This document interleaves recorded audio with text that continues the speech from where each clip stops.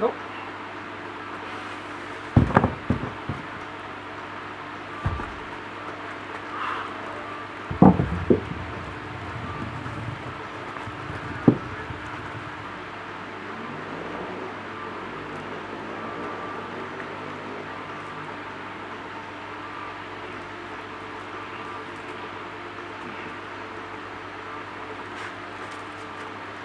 Nice and easy.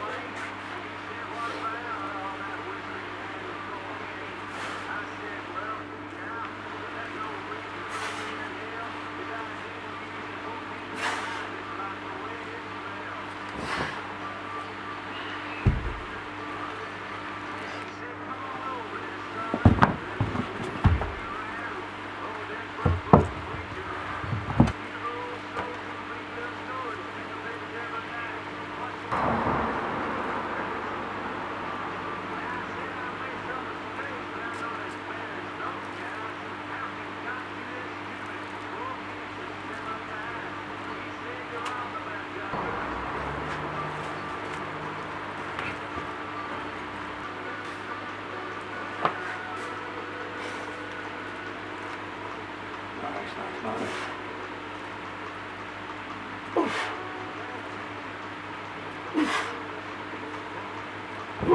Nice work, man.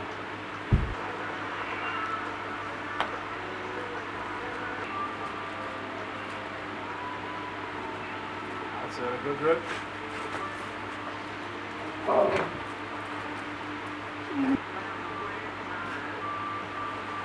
That's it.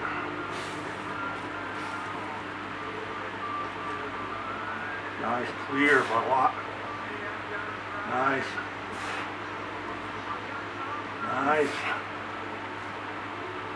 Come on, work. Nice work. Spawn, that's it, come on. Yes. That was good. That was very good. That was nice and smooth. Ooh. Nice.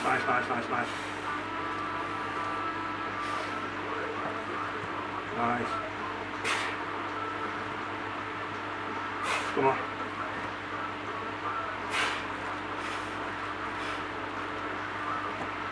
Come on. Good pop. Nice work, man. Nice work. Come on, nice and right, same as last time. Oh, that's it. Good pickup, come on. Up. Heck yeah.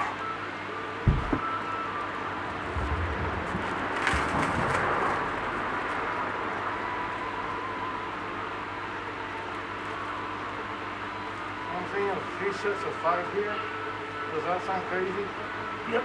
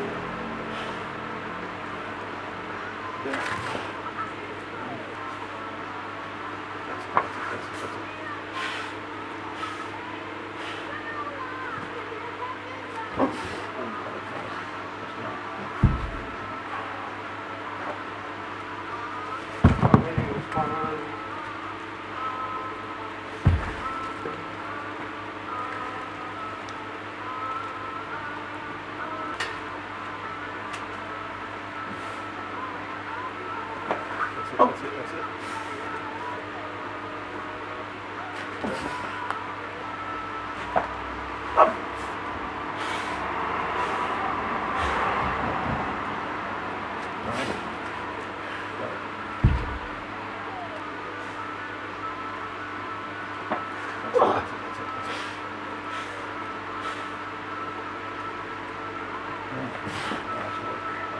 I took a few sliding off. I'm gonna cut them off.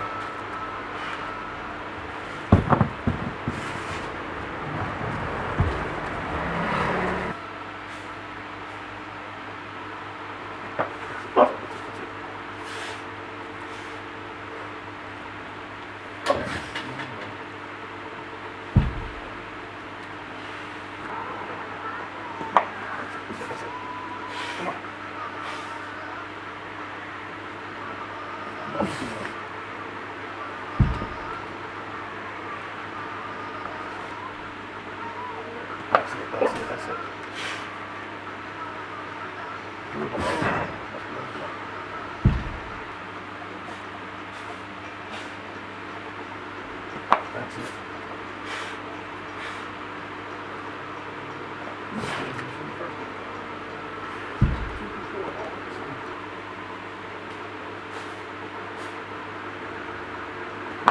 Nice.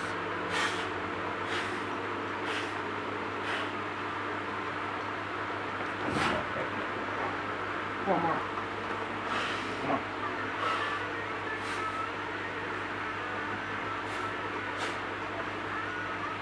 Nice.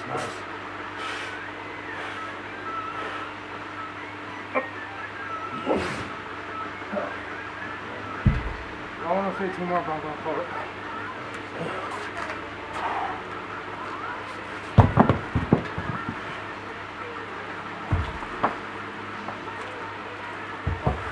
All right. Still think I'm blowing out up there a little bit. That's okay. All right, guys. It's 3:30 in the morning. It's bedtime for me. Wanted to go ahead and say something. I wanted to say something. I was thinking about this. There are a lot of YouTube channels out there, a lot of places for you to watch. You know, YouTube, Twitter, not so much. Instagram's growing like a weed, and it's filled with videos of, hey, watch this one big lift. But they're not going to teach you how to do anything.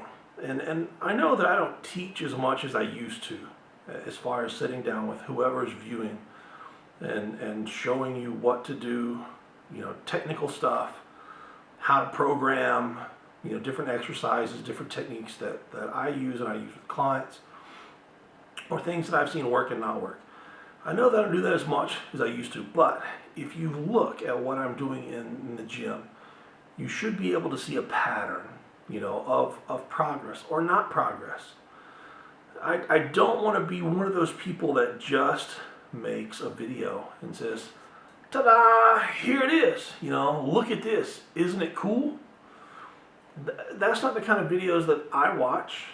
I mean, I don't want to watch that. My training partner and I were talking tonight about, it's the best way to put this, about an individual. And who are we talking about? An individual that just kind of went from demonstrating technique and powerlifting, good powerlifting information, to getting a boob job, which there's nothing wrong with, and all of a sudden being an Instagram model more than anything else. And they haven't presented any good training information in a couple of years. And everything that they put out is a look at me photo or video.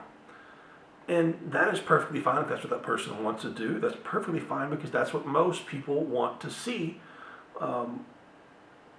But what I want to see are full-length training videos. I want to see what,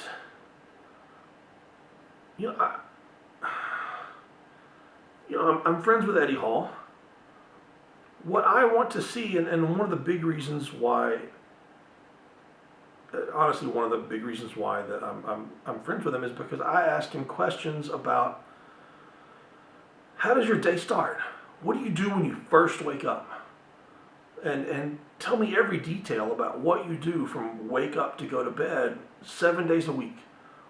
I want to know all the little details that you did. I don't want to know that you went in the gym and bench pressed 500 pounds today. That's cool. That's cool, you know? I don't want to know, I don't want you to tell me that you deadlifted 500 kilograms, you know, world record. What I want to know is what did you do to get there? You know, on the day that you benched 500, what did you do the 6 months before that to get you ready for that? You know, what was your, what hurt? What body parts were hurting? Because that's important. I have to understand that going in, that if I'm going to, you know, set PRs, I'm going to have aches and pains because I'm pushing myself. And then if I can plan for that, then, you know, I can kind of, well, I can plan for it and do things a little bit different. You know, what were your warm-ups like? What were your sets and reps? What exercises worked for you for how long? How much time did you spend focusing on explosive exercises versus grinding exercises?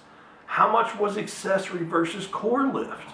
And how long could you do just accessory and just core lifts and continue to make progress? At what percent did you find that your lifts grew the most?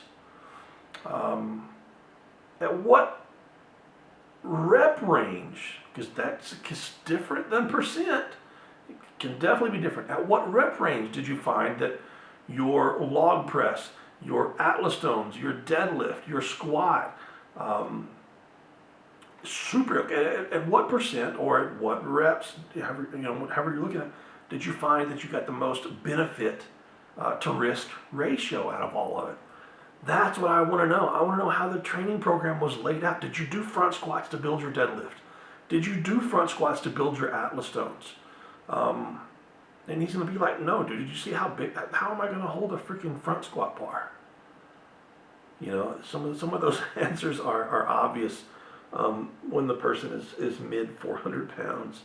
But that's what I want to know. I don't want to see how hot your abs are. You know, I don't want to see the one set video.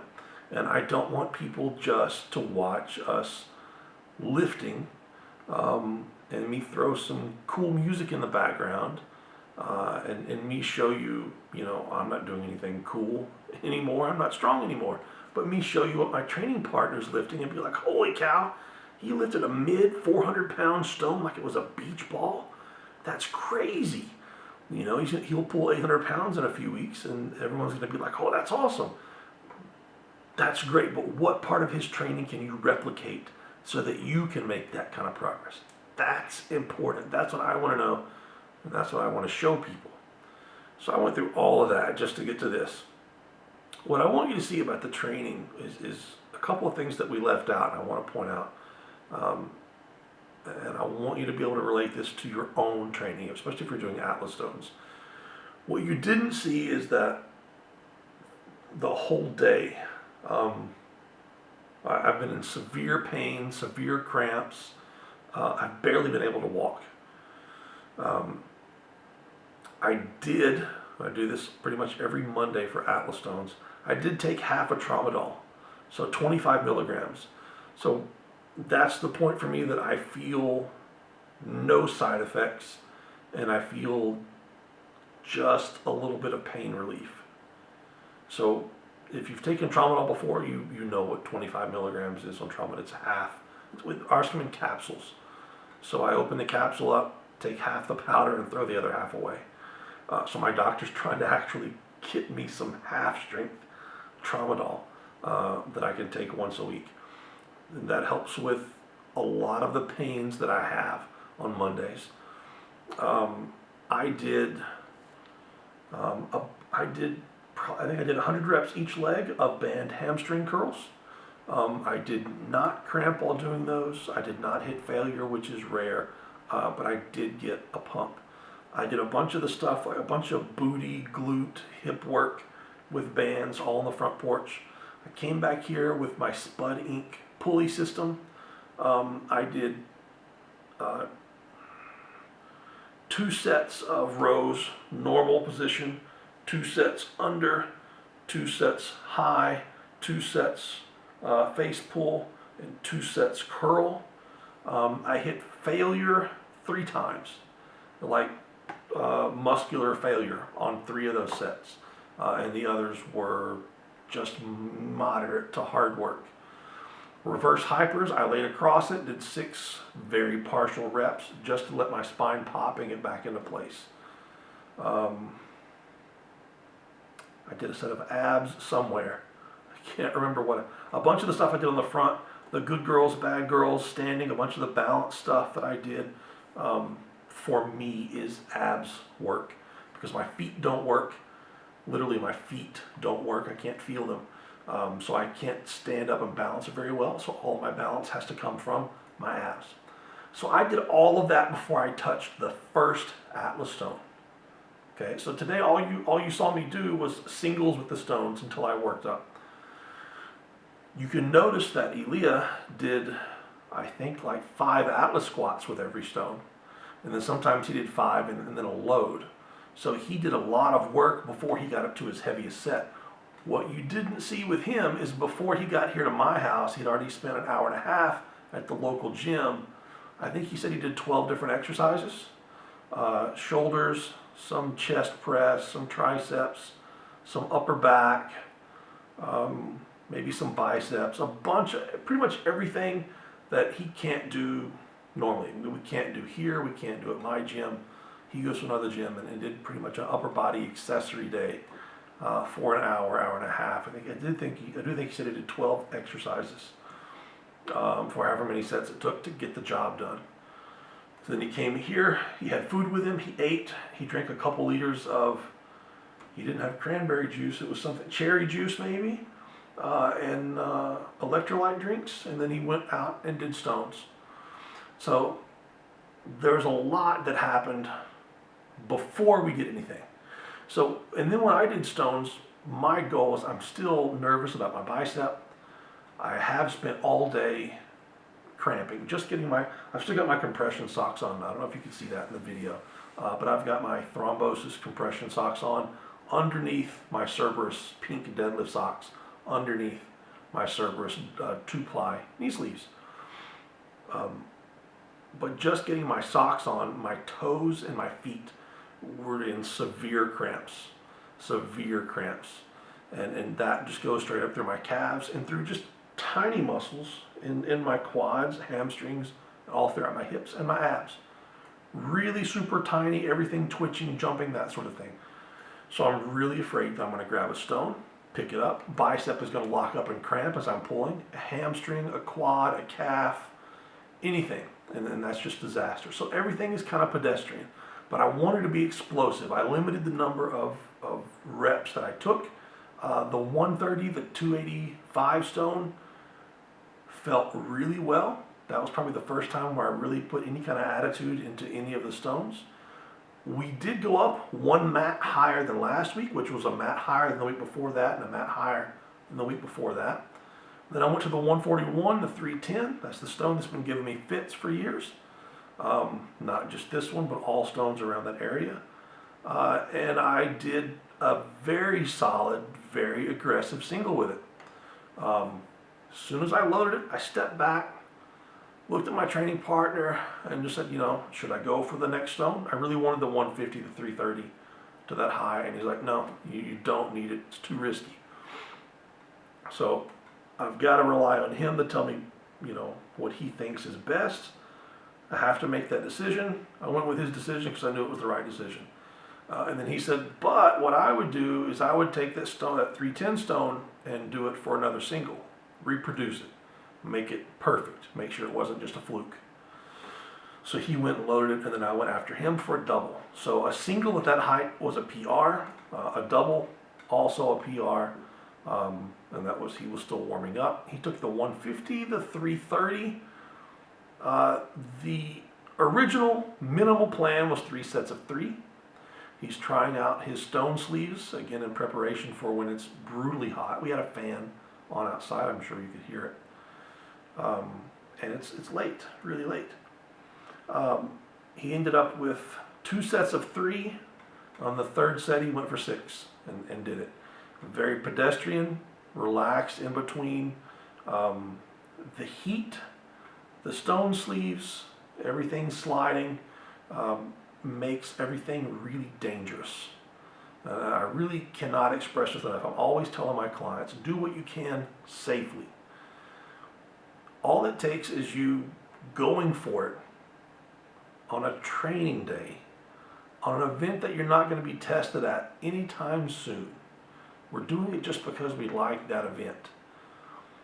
And you've torn a bicep, you've torn a lat, a quad, a hamstring.